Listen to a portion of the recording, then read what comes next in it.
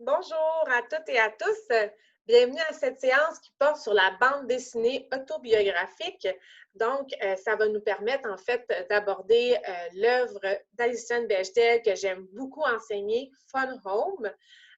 Donc, on regarde ensemble tout de suite le plan de la séance.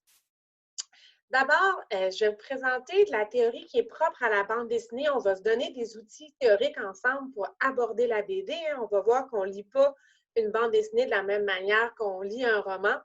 Donc, je vais vous présenter certains outils là, théoriques, donc les procédés narratifs, les codes picturaux, les effets d'angle aussi. Là, donc, tous ces éléments là, qui nous permettent là, de bien lire la narration graphique qu'une autrice ou un auteur de bande dessinée met de l'avant. Ensuite, on va regarder ensemble le contexte social explosif là, qui est propre à la bande dessinée Fun Home, donc qui est la trame de fond de l'histoire qu'Alison Bechdel nous raconte. Donc, ça va nous amener à regarder ensemble les émeutes de Stonewall, hein, qui est vraiment l'événement fondateur du mouvement LGBT+, et qui va mener jusqu'à la fondation là, de la Gay Pride. Ensuite, je vais vous présenter le parcours à la fois biographique et littéraire d'Alison Bechdel, hein, qui est vraiment une voix importante pour le mouvement LGBT aux États-Unis, tant sur le plan culturel, social que politique. Là, elle a vraiment un parcours littéraire hors du commun. Puis ensuite, on va vraiment s'intéresser à la bande dessinée en tant que telle. Donc, je vais vous présenter les clés de lecture. On va voir qu'il s'agit d'une bande dessinée essai qui s'est même retrouvée là, sur les planches de Broadway puisqu'elle a été adaptée en comédie musicale. Donc, voilà, c'est ce que je vous propose pour cette séance. Donc, on va commencer par se donner une définition de la bande dessinée. Donc, la BD, qu'on appelle aussi le 9e art, on va dire que c'est une forme d'expression artistique où un récit est présenté grâce à des images fixes qui sont organisées en séquences narratives, hein, c'est-à-dire qu'on nous raconte une histoire et évidemment, c'est souvent accompagné de textes, que ce soit des éléments narratifs, des dialogues, même voire des onomatopées. Selon le contexte, bien évidemment, le terme bande dessinée va désigner différentes choses. Donc, c'est un terme qui est pluriel. Lorsqu'on parle d'une bande dessinée, ça peut être tout simplement le médium, donc l'objet livre là, en tant que tel là, qui supporte la bande dessinée. Ça peut être sous forme numérique, évidemment, aussi, ou ça peut être la forme d'expression en tant que telle. Donc, je vous présente, on va vraiment se donner un vocabulaire, puis pour la table ronde que vous aurez à réaliser sur Fun Home, là, ça va être important d'utiliser ces termes-là là, qu'on se donne ensemble aujourd'hui. Donc, sur la diapositive, vous voyez tout en haut, j'ai pris en fait un extrait d'une BD assez connue, là, donc Astérix en Hispanie. On a en haut ce qu'on appelle le récitatif, ce qu'on appellerait en cinéma la voix off finalement. Donc, c'est souvent la narration de l'histoire. Sinon, on a les différentes bulles, ce qu'on appelle aussi les phylactères, où on va retrouver les éléments là, de dialogue. Sinon, en ce qui a trait dans le fond à la construction de la page en tant que telle, on a ce qu'on appelle les cases. Donc, je vous l'ai entouré en bleu sur la diapositive. Donc, c'est vraiment un élément, là, la case de la page. Sinon, on a le bandeau qui longe de manière horizontale, là, qui va recouper donc différentes cases. Puis, la page au complet d'une bande dessinée, on va l'appeler une planche. Donc, voilà, là, c'est un petit peu des éléments de vocabulaire là, que je voulais qu'on place ensemble dès le départ. Sinon, pour le sens de lecture d'une plage, vous voyez, là, c'est assez intuitif. Là. Donc, je vous l'ai mis sur la diapositive. Là, quand vous lisez votre bande dessinée, là, il suffit là, de suivre ce sens-là. Ça, c'est un extrait d'ailleurs qui est tiré de Paul Roux, la BD, L'art d'enfer. C'est de là que j'ai tiré cette image. Sinon, il y a plusieurs spécialistes en littérature qui se sont penchés sur la littérature propre à la bande dessinée, donc sur la théorie propre à la bande dessinée. Benoît Peters, c'est un des noms vraiment à retenir et je vais souvent faire référence à son ouvrage Cases, planches, récits, comment lire une bande dessinée qui a été publié en 1991. Dans cet ouvrage-là, Peters va présenter ce qu'on appelle le découpage. Hein. Il va dire qu'il y a 4 utilisations du découpage dans la bande dessinée. D'abord, l'utilisation conventionnelle, qui est de type gaufrier. Je vais vous donner un exemple tout à l'heure. L'utilisation décorative et productrice, sur laquelle on ne se penchera pas aujourd'hui, mais c'est bon de savoir que ça existe, et l'utilisation rhétorique. Si je l'ai mise en gras, c'est parce que c'est cette utilisation-là que va privilégier Alison Bechdel dans Fun Home. Donc, vous pouvez suivre évidemment dans votre recueil de notes. Là, on en vient à notre premier élément théorique important, les procédés narratifs. Donc, le découpage d'une page, d'une bande dessinée, s'insère dans ce qu'on appelle des procédés narratifs. Donc, comme je vous le disais, Bechdel, elle va privilégier l'utilisation rhétorique. Pourquoi?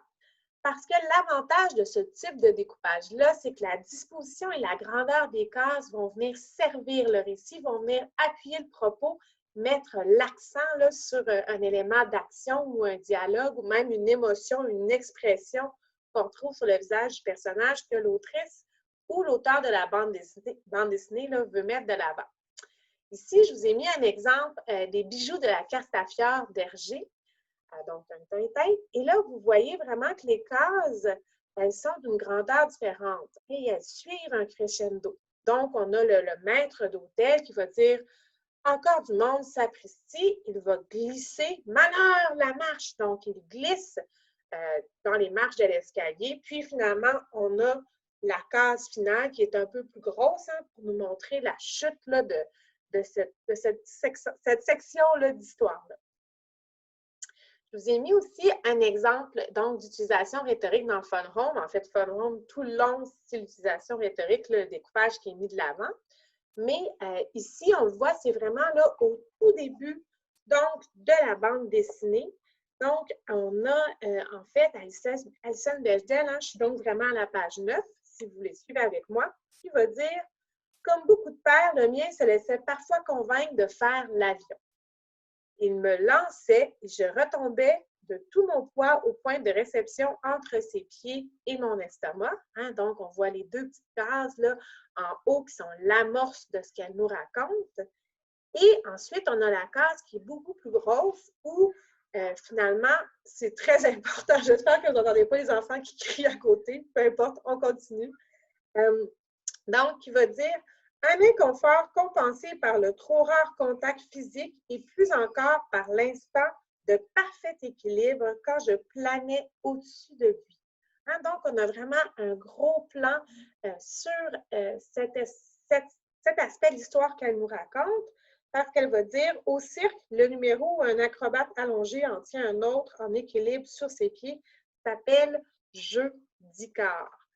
Donc, on va le voir dans les clés de lecture que je vais vous présenter. Le mythe d'Icare, c'est vraiment une clé de lecture là, qui traverse une métaphore qu'Alison Bechdel utilise tout au long de cette bande dessinée-là.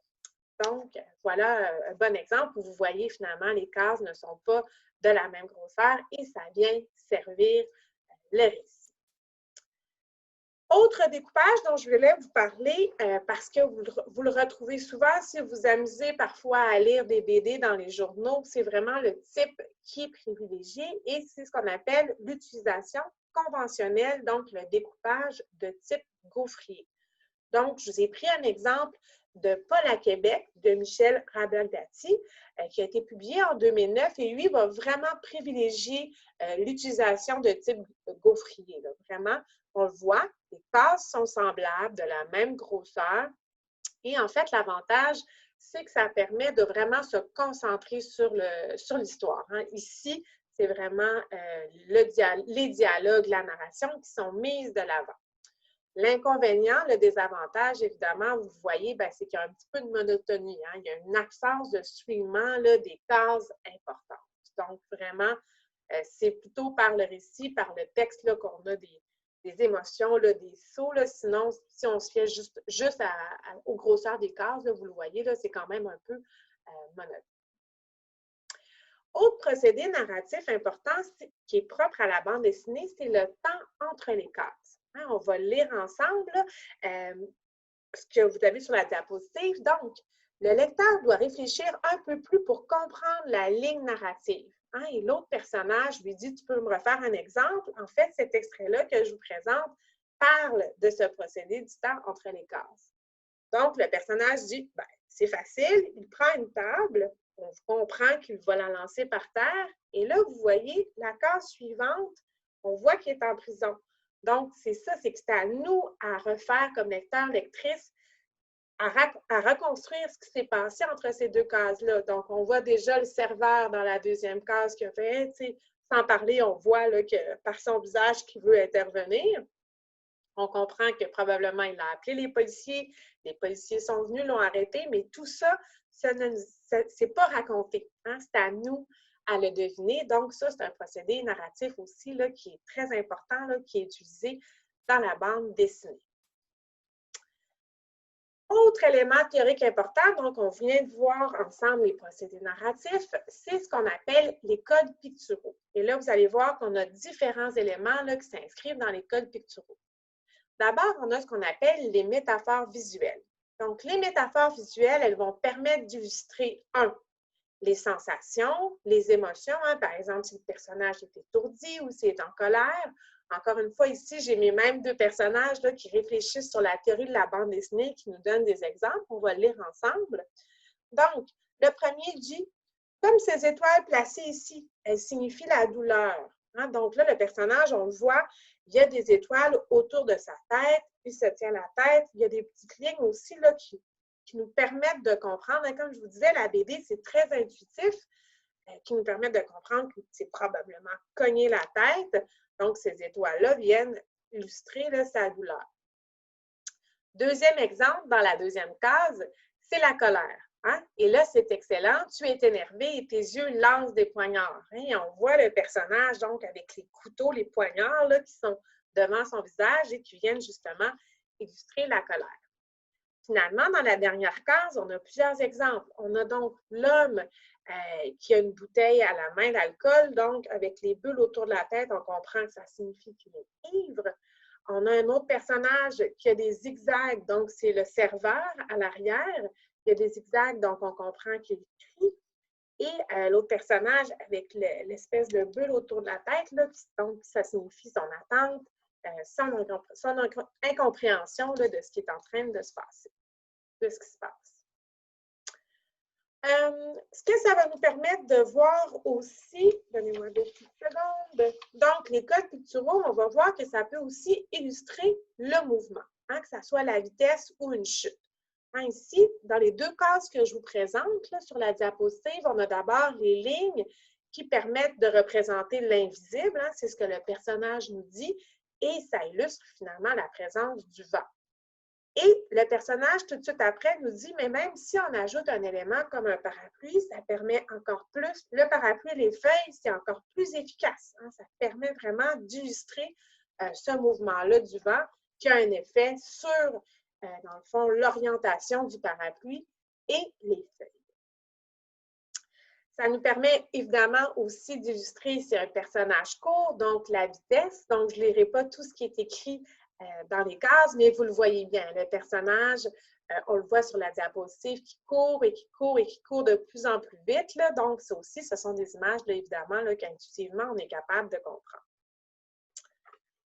Autre élément important, ce qu'on va retrouver dans la bande dessinée, une petite seconde, c'est en fait comment on va arriver à illustrer le son. Hein? Donc, on est toujours dans les codes picturaux. Maintenant, on parle du son. Et le son va pouvoir être illustré à la fois par le type de lettrage qui est choisi par la BDiste ou le BDiste, par les phylactères, donc les fameuses bulles dont on parlait tout à l'heure, et les onomatopes.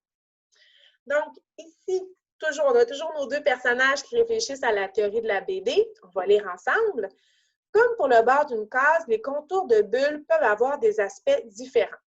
Cela peut être d'ordre esthétique ou d'ordre narratif. Hein? Et là, le personnage avec le gilet jaune dit, par exemple, « là, je crie hein? ». Donc, vous voyez, le phylactère est comme en zigzag, là, en pointe pointue. Donc, ça nous permet de comprendre comment le personnage s'exprime.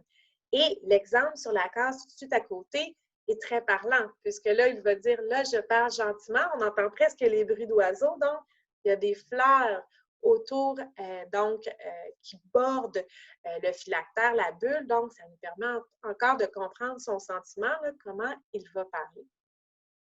Même le personnage dans la troisième case va dire une couleur dans le texte peut être attribuée à chaque personnage, ou il peut y avoir une queue de bulle. Hein? Donc, il y a vraiment différentes manières d'utiliser les phylactères. Ici, vous le voyez, la case suivante, il y a des bulles de pensée. Hein? Donc, lorsqu'on a des petites bulles qui nous mènent au phylactère, on comprend que ce que dit le personnage n'est pas entendu par les autres. Hein? Il est vraiment en train de parler, de penser. Et là, ensuite, on a et celles qui font parler les personnages hors champ. Hein? Donc, le personnage est à l'extérieur de la bulle. Par la forme de la bulle et la queue de la bulle qui va traverser finalement la case, on comprend qu'il est à côté. Donc, voilà plusieurs exemples là, de manières là, dont on peut utiliser donc les phylactères pour illustrer comment le son doit être entendu. Puis là, je voulais vous donner un exemple. Ça, c'est tiré de la bande dessinée Paul en camp de vacances, voilà. Donc, quel est l'effet de l'entrelacement des phylactères? Là, c'est une question que je vous poserais si on était en classe. Vous le voyez, les phylactères sont superposés, voire les dialogues aussi. Hein? Donc, on voit qu'on a Paul qui est le personnage principal et tout le monde, finalement, l'encourage à aller chercher la guitare. Anyway, va chercher ta guitare, Paul, s'il te plaît, juste quelques tonnes. Hein? Donc, la manière dont les phylactères sont superposés, voire le lettrage aussi, ça nous permet d'entendre finalement l'espèce de brouhaha là, que tout le monde est en train de parler en même temps. Autre élément important pour représenter le son, ça va être le lettrage. Et là, si on était en classe, je vous poserais la question, quel est l'effet du changement de la dimension des lettres dans l'exemple que je vous ai présenté sur la diapositive? Donc, si on part d'en haut, vous voyez, on a boum, boum, boum. Et même à la fin, le lettrage, non seulement il est plus gros, mais il est même un peu, pas tant en zigzag, mais en tout cas visiblement altéré. Donc, ça nous permet d'entendre là, le crescendo, que le son est de plus en plus fort. Dernier élément que je veux vous présenter, qu'on a déjà vu quand on a étudié ensemble la théorie propre au cinéma, mais quand même, on se fait un rappel ensemble, c'est l'effet des angles. Hein? Donc, on se souvient que la plongée va diminuer la puissance du personnage. C'est la première case que vous avez donc à gauche, ou la contre-plongée qui va augmenter la puissance du personnage. Ça aussi, vous allez voir que c'est utilisé par Alison Bechdel, entre autres lorsqu'elle veut représenter son père. Hein, cette figure tyrannique, vraiment la contre-plongée là, va être mise de l'avant. Et ça me permet de vous glisser déjà deux mots. On va parler d'Alison Bechdel tout à l'heure, mais quand même, vous parlez de son processus de, non pas d'écriture, mais la manière dont elle va dessiner ses personnages. Elle va, chacun des personnages et pour chaque pose dans la bande dessinée, elle s'est prise en photo. Et c'est à partir de ces photos-là qu'elle faisait ses dessins. Hein. Donc, ici, vous voyez, elle s'est habillée comme son père, elle s'est prise en photo, donc en contre-plongée. Et l'objectif, on le voit, là, ça fonctionne. C'est vraiment cette figure tyrannique, cette figure qui en impose, d'ailleurs, qu'elle va comparer, là, à juste titre, au Minotaure. Donc, ça fait le tour de ce que je voulais vous présenter pour la théorie sur la bande dessinée. Maintenant, on va regarder ensemble le contexte social, hein, le contexte de rébellion, de protestation des années 50 et 1970 pour nous introduire là, aux émeutes de Stonewall, événement politique qui est majeur dans Fun Home. Donc, 1950-1970, ce sont les années de protestation. Mouvement des droits civiques, bien évidemment, des Afro-Américains aux États-Unis, dont on a amplement parlé quand on a étudié ensemble le noir qui infiltra le Ku Klux Klan. Et je vous ai quand même mis une image sur la diapositive là, qui représente bien ce moment. Donc, vous avez deux athlètes noirs lors des Olympiques de 1968 là, qui lèvent le poing dans les airs, là, le signe là, donc des Black Panthers. Sinon, dans ces années-là, on a aussi le mouvement féministe hein, qui va vraiment prendre de l'ampleur un peu partout, aux États-Unis, au Canada, en Europe également. Mouvement qui est traversé par différentes revendications sociales, droit à l'avortement, droit à l'égalité sociale. À l'époque, hein, les femmes n'ont pas le droit, par exemple, d'ouvrir un compte en banque. Là, je pense plus à la France, aux États-Unis. Elles sont vraiment considérées comme des personnes mineures aux yeux de la loi.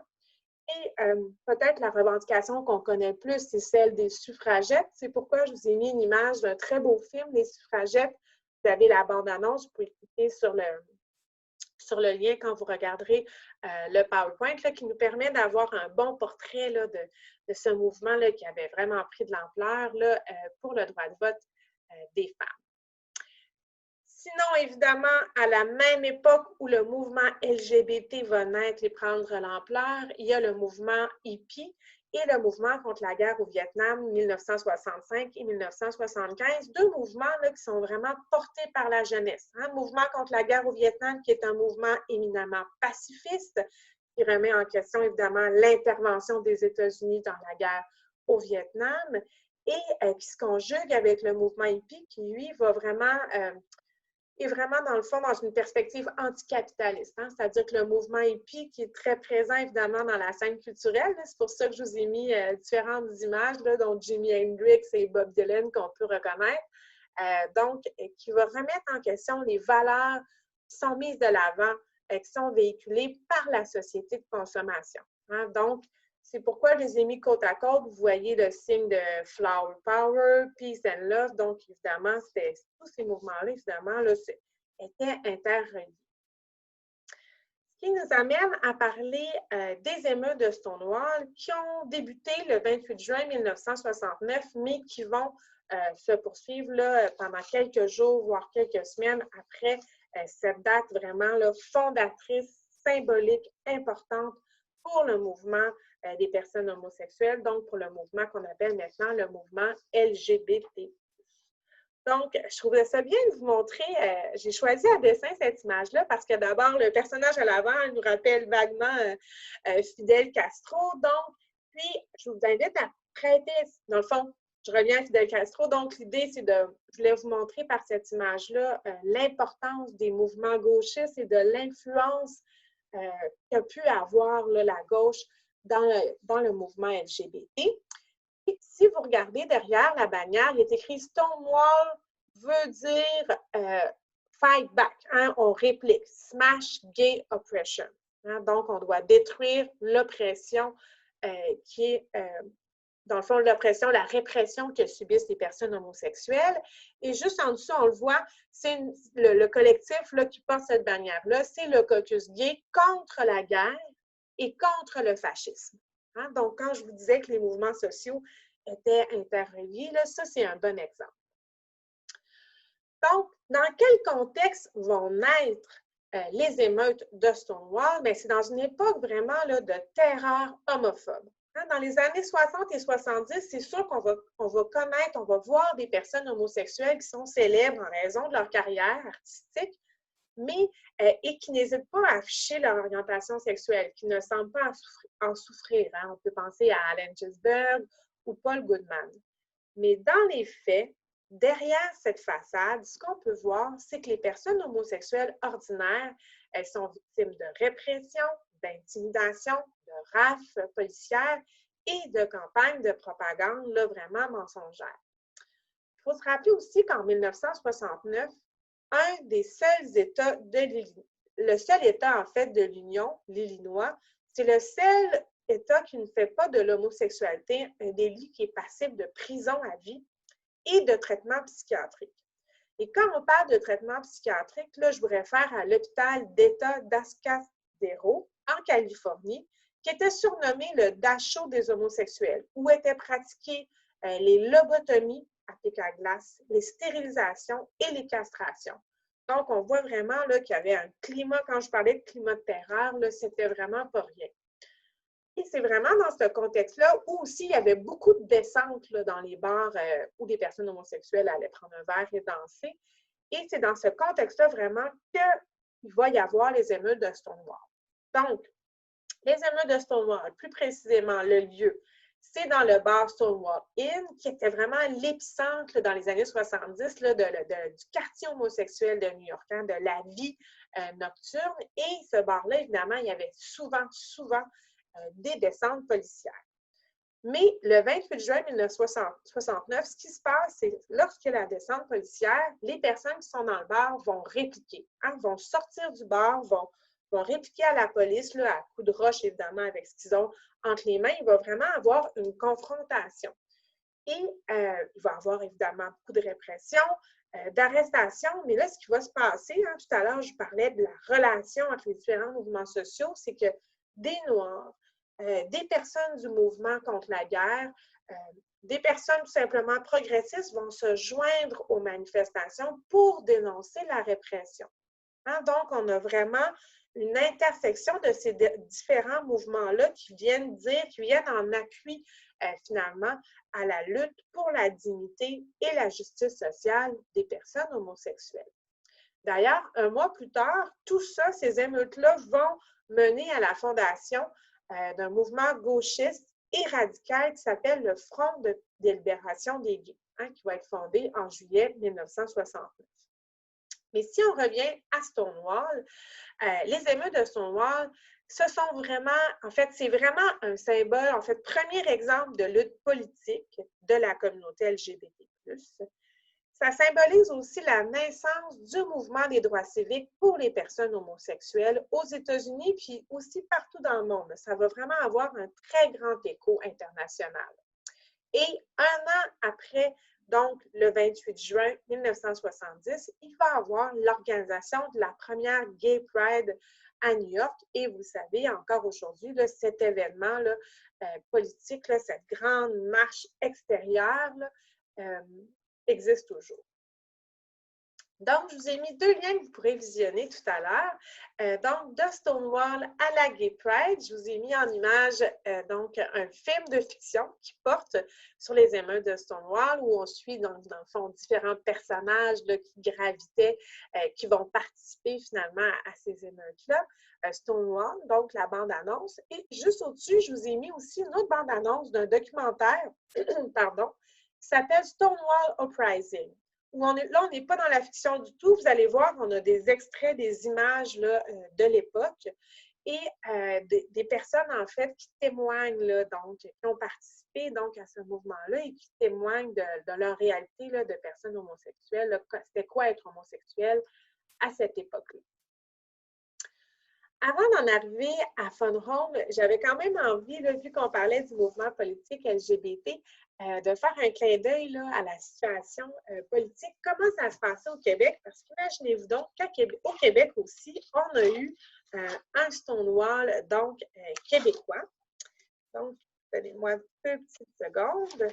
Donc, les échos au Québec, d'abord, avant d'en arriver au Stonewall québécois, c'est important quand même de placer qu'entre 1950 et 1970, comme c'était le cas aux États-Unis, au Québec aussi, les bars gays vont être victimes là, de nombreuses descentes policières. Hein? Par exemple, le 22 octobre 1977, il y a 50 policiers là, qui vont arrêter plus de 150 personnes là, au bar Troc, là, qui est à Montréal. Et dès le lendemain, l'Association pour les droits des gays du Québec va organiser une manifestation là, pour protester contre cette descente et 2000 personnes vont y participer. Donc, quand même, à Montréal, c'est pas rien. Et c'est ce qui va amener le 15 décembre 1977, donc ça va amener le gouvernement québécois à inclure dans la Charte des droits et libertés de la province l'interdiction de discrimination face à l'orientation sexuelle dans l'emploi, l'habitation ou dans l'accès à certains services publics. Hein? Donc, ça, c'est quand même très important. Puis, ça nous permet de voir que même s'il y a eu ces changements-là dans la loi, ce sont des gains, mais il demeure que, et ça m'amène au Stonewall québécois, le 14 juillet 1990, sous prétexte, en fait, d'une plainte de bruit, il y a une trentaine de policiers qui vont effectuer une descente et réprimer violemment 400 personnes dans un bar, en fait, dans une maison, encore une fois. C'était Nicolas Jenkins là, qui organisait souvent des fêtes privées. Donc, on comprend que le voisinage s'est plaint. Et là, il va y avoir une manifestation de 200 personnes tout de suite après cette arrestation-là, ces arrestations, dans la rue Sainte-Catherine, sur la rue Sainte-Catherine à Montréal, là, pour exiger le retrait des accusations. Puis, le mouvement va prendre l'ampleur. Vous voyez, 2 jours plus tard, le 16 juillet, il y a plusieurs centaines de personnes qui vont se réunir devant le centre de police pour participer à un kiss-in, encore une fois, pour dénoncer les arrestations. Là, vous devinez évidemment qu'il y a plusieurs médias qui sont sur place et la répression va être très brutale.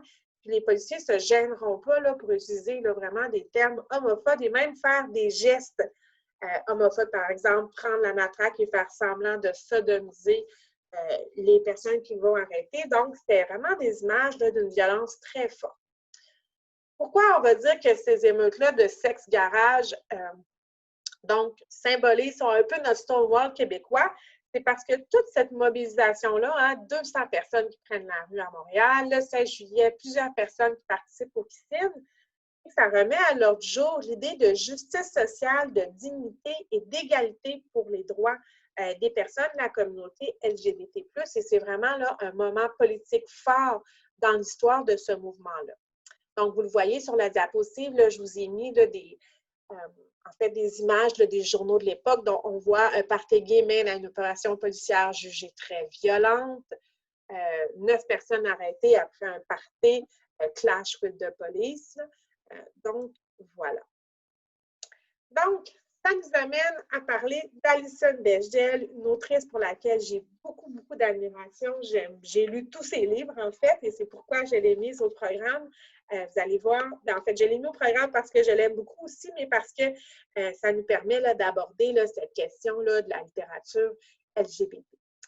Donc, Alison Bechdel, elle va dire, puis ça c'est très important de le retenir pour bien comprendre son œuvre, que sa motivation à écrire, elle vient de l'absence de représentation positive et plurielle de personnages gays dans la littérature et dans le monde culturel en général. Elle va dénoncer le fait que finalement, on va avoir un personnage gay qui est là finalement pour qu'on puisse cocher là, dans notre ligne de représentation, dans notre fiche de représentation, mais ce n'est pas des personnages auxquels on peut, en tout cas, elle disait, auxquels elle pouvait se rattacher. Donc, elle nous dit, elle dit en entrevue, sa motivation à écrire, c'est vraiment la représentation de nouveaux personnages, entre autres avec le livre Fun Home, mais aussi avec la bande dessinée là, Lesbienne à suivre. Là. Je vous le conseille vraiment. Là. Elle est disponible d'ailleurs à la bibliothèque du Cégep Gardner. Donc, ce que Bechdel disait justement dans cette entrevue-là, c'est que c'est douloureux de ne pas se sentir reflété dans le monde, tant littéraire que culturel. Là, ça participe là, au sentiment là, de honte, que notre existence n'est pas valable là, en raison de notre orientation sexuelle. Et on la voit justement là, avec derrière elle là, différents dessins là, qui sont tirés, différentes planches qui sont tirées de la bande dessinée, donc Gwen à suivre. D'ailleurs, cette série-là, en fait, je vous l'ai présentée tout à l'heure, mais les Gwen à suivre, donc, c'est en fait des histoires qu'elle publiait dans le journal, donc à New York, à raison d'une planche donc par semaine, et elle va en faire une anthologie et elle va obtenir en 90, en 93, en 98 et en 2003 le prix Lambda Literary pour cette série-là, où vous le voyez, là, vous avez différents personnages. C'est dommage que ce ne soit pas l'objet du cours parce que je pourrais vous en parler longuement, mais vous dire en fait que l'histoire tourne autour d'une librairie, donc alternative, et là, vous avez différents personnages, un couple qui sont ensemble, celle qui possède la librairie, et évidemment, ce sont des relations là, croisées là, qu'on va retrouver dans Lesbienne à suivre. Mais l'objet de notre cours, ce n'est pas Lesbienne à suivre, mais bien Fun Home. Donc, bande dessinée là, qui va obtenir vraiment un très grand succès. En décembre 2006, Fun Home est numéro 1, donc va être nommé numéro 1 là, de la liste des 10 meilleurs livres de l'année de Times Magazine. Donc, je vous ai mis différentes images là, de ce livre-là qui a été évidemment réédité plusieurs fois. Et Fun Home, en fait, c'est vraiment ce que Bechdel a voulu décrire, c'est ce qu'elle dit en entrevue, si elle veut raconter une page de son histoire familiale à elle, mais également de l'histoire culturelle des États-Unis. Une page de son histoire familiale, évidemment, parce qu'on suit la quête de cette autrice-là, donc sa quête identitaire qui est parallèle à la quête de son père, évidemment, dont on va apprendre le secret, donc son homosexualité, mais aussi, c'est une page de l'histoire culturelle des États-Unis, parce que ce que Bechdel va montrer, c'est comment il y a eu une fracture, comment il y a eu un avant et un après Stonewall. C'est-à-dire qu'elle, elle va montrer comment sa génération, à travers son propre exemple, a pu vivre librement sa sexualité et son orientation sexuelle grâce aux gains obtenus par les mobilisations autour des émeutes de Stonewall, tandis que son père, qui lui était homosexuel dans les années 50, évidemment, lui, c'est un symbole de sa génération. Donc, comment ils ont dû endurer ces personnes-là, la répression, la honte, l'homosexualité refoulée, donc cette haine de soi qui finit évidemment par se répercuter sur les autres, sur les membres de la famille. En tout cas, c'est ce qu'on voit là, dans l'histoire d'Alison Bechdel, puisque Fun Home est une bande dessinée autobiographique. Bechdel aussi en entrevue va dire que pour elle, l'illustration, c'est un mode d'écriture. Donc oui, elle écrit, évidemment, il y a du texte dans Fun Home, mais les images aussi nous racontent une histoire et c'est pourquoi on parle de l'importance dans son parcours, dans sa démarche d'écriture, de la narration graphique. Hein, on va lire la citation ensemble. Bechdel écrit, et elle disait en entrevue, « Il est très important pour moi que les gens soient capables de lire les images de la même manière qu'ils suivent progressivement le texte. Je n'aime pas les images qui ne délivrent pas d'informations en elles-mêmes. Je veux des images que vous avez besoin de lire, que vous avez à décoder, sur lesquelles vous marquez un temps et dans lesquelles vous vous impliquez. Sinon, à quoi ça servirait? Hein? À quoi cela servirait-il? » Donc ça, je vous dirais que c'est vraiment quelque chose qu'on doit garder en tête quand on lit une bande dessinée. Hein, c'est important de prendre le temps de voir qu'est-ce qu'il y a dans l'image, qu'est-ce que l'image nous raconte et évidemment, le texte vient compléter cette histoire-là. Un bon exemple, on le retrouve à la page 140 dans la bande dessinée, donc Fun Home, où, j'y arrive, donc je vous la présente, vous pourrez aller voir vous-même à la page 140. Donc, c'est la fameuse image où on a la maison hein, d'Alison Bechdel et on a chacun des personnages de la famille qui sont isolés. Hein. Cette image, elle parle beaucoup. On aura l'occasion d'en reparler en table ronde. Sinon, autre clé de lecture importante, c'est la temporalité. Donc, comment Bechdel a choisi de raconter son histoire, ce n'est pas du tout de manière chronologique, vous l'avez bien vu en lisant la BD, c'est vraiment une structure thématique hein, que je vous ai résumée ici sur la diapositive. Hein. Au chapitre 1, on a évidemment la situation initiale, donc elle nous dresse un portrait de sa famille, nous parle de son enfance. Le chapitre 2 est vraiment consacré au suicide de son père. Chapitre 3, on revient en arrière. Hein? Elle revient sur les conflits familiaux, les infidélités de Bruce avec des garçons et sa méchanceté. Là, il est vraiment exécrable avec son épouse Hélène, qu'on plaint de tout notre cœur. Chapitre 4, c'est un chapitre un peu plus cérébral, je dirais, hein, où elle va faire une réflexion sur les rôles et représentations genrées à partir de son cas, donc son père qui voulait tant l'habiller en petite fille, alors que Alison, qui déjà était anticonformiste, hein, avait vraiment le désir plutôt de s'habiller en garçon. Évidemment, ça va donner lieu à des conflits entre Bruce et sa fille. Le chapitre 5, lui, est vraiment consacré aux troubles obsessionnels d'Alison. Chapitre 6, on revient un peu en arrière aux causes, en tout cas, une des causes du suicide de Bruce, donc son procès pour détournement mineur. Et le chapitre 7 se clôt vraiment avec la quête identitaire d'Alison. Hein, donc, je trouvais ça important de vous présenter là, les grands thèmes là, pour pas que vous perdiez. Là. Donc, on n'est vraiment pas dans une temporalité qui est chronologique. Là, c'est pas tant qu'on a des... Oui, on a des retours en arrière, mais c'est vraiment que chaque chapitre là, est pensé en fonction d'une thématique. Sinon, je voulais qu'on prenne le temps de regarder ensemble le chapitre 1. Donc, première clé de lecture importante, dans le chapitre 1, dès le départ, on l'a lu tout à l'heure ensemble, mais Alison Bechdel va parler du mythe du corps inversé. Hein, elle va dire à la page 10, dans ma version personnelle de notre relation mythique, ce n'est pas moi, mais mon père qui devait tomber du ciel. Hein? Donc, elle aurait été Icare, le personnage donc, du mythe que je vous ai demandé de lire, mais ici, c'est son père, hein? C'est sa chute qu'elle va raconter. Clé de lecture numéro 2 importante qu'on retrouve à la page 22, c'est le sombre secret de l'homosexualité de Bruce, hein, qui va en fait structurer et traverser la vie familiale d'Alison, de sa mère et de ses frères.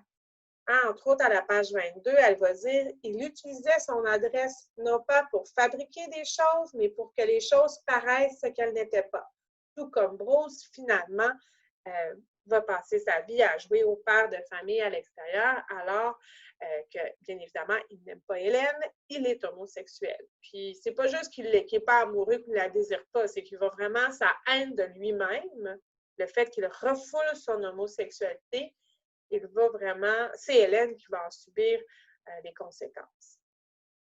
Clé de lecture numéro 3, la maison qui est vraiment présentée comme le labyrinthe où se terre le Minotaure étant bien évidemment Bruce, donc ça nous permet de nous ramener là, à la clé de lecture numéro 1. Donc la citation que j'ai choisi de vous présenter ici, on la retrouve à la page 27, où Alison va dire « Ma mère, mes frères et moi parvenions à retrouver notre chemin, mais impossible de savoir si le Minotaure, donc son père, guettait au bout du couloir. »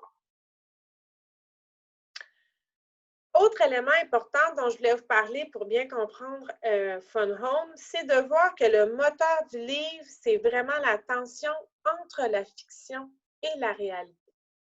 Hein? Donc, on va voir que Bruce et Alison, ils ont plusieurs points en commun. Tous les deux, ils vont mettre en scène leur vie et les membres de leur famille. Bruce, lui, derrière sa façade de bon père, on voit que c'est un père violent et un mari adultère. Et son impulsion créatrice, elle va s'exprimer dans le jardinage, dans la décoration obsessive de sa maison, là, cette maison qu'il décore et qu'il rénove à tout bout de champ pour mieux cacher là, son être véritable, finalement, son homosexualité.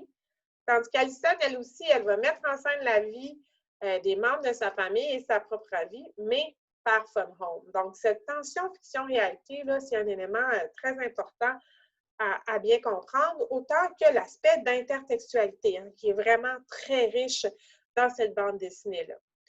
Les événements de la vie familiale d'Alison Bechdel pendant son enfance, pendant son adolescence, ils sont présentés, ces événements-là, à travers un prisme culturel très fort là, qui nous montre à quel point, d'ailleurs, Bechdel, elle est érudite, c'est l'intertextualité. Et ce que Bechdel va dire en entrevue, c'est « J'emploie ces allusions, non pas en tant que dispositif descriptif, mais parce que je vois la plupart du temps mes parents comme des personnages de fiction et non comme des êtres réels. Et peut-être que mon sens de l'écriture arrive aussi à transmettre le climat glacial qui régnait dans notre famille au lieu des comparaisons littéraires. » Donc, bande dessinée essai, très certainement, on l'a vu ensemble, l'autobiographie s'inscrit dans l'essai. Et cette bande dessinée-là, en fait, elle a trouvé son chemin jusqu'aux planches de Broadway aux États-Unis. Donc, avril 2015, je vous ai mis une photo là, de la troupe donc, qui va reprendre donc, cette bande dessinée-là, mais en comédie musicale. Donc, on reconnaît évidemment les différents personnages, dont l'autrice-narratrice, celle qui est en voix off là, tout au long de la bande dessinée. Je vous ai mis un extrait que je trouvais vraiment chouette. J'ai fait un peu de recherche sur YouTube et ça m'a permis de trouver un extrait, donc l'arrivée de la camionneuse, hein, cette fameuse camionneuse lorsque Bechdel est avec son père qui va entrer dans le café où ils sont tous les deux et qui va faire qu'Alison va avoir à ce moment-là une épiphanie, hein, parce que la femme, évidemment, assume son homosexualité, elle est habillée de manière très masculine, quoique il ne faut pas généraliser, ce n'est pas toutes les femmes qui sont homosexuelles qui veulent ressembler, avoir une posture plus masculine, mais en tout cas, là, c'est le cas. Et vous allez donc entendre la chanson et voir là, le personnage qui interprète cette scène-là, qui est très, très importante dans la bande dessinée. Je trouve important de vous montrer quand même que, donc, Fun Home, oui, comme bébé, a gagné plusieurs prix, mais les deux femmes qui ont choisi d'en faire une comédie musicale, donc Lisa Kromb et Janine Tessori, elles vont en fait avoir beaucoup de succès et ce sont les premières femmes à gagner le prix de la meilleure comédie, donc la meilleure comédie musicale à Broadway. Donc, vous voyez que c'est pas rien. Et pour terminer, ce que j'ai fait aussi, là, si vous avez autant de plaisir que moi, là, en tout cas, moi, je suis une fan de la série Glee et des comédies musicales en général, je vous ai trouvé donc deux liens où on voit des extraits mis bout à bout là, de ce spectacle-là, ce qui vous permet finalement là, de voir, d'entendre en images là, Fun Home en comédie musicale. Donc, voilà, ça fait le tour de ce que je voulais vous présenter pour aujourd'hui. À bientôt!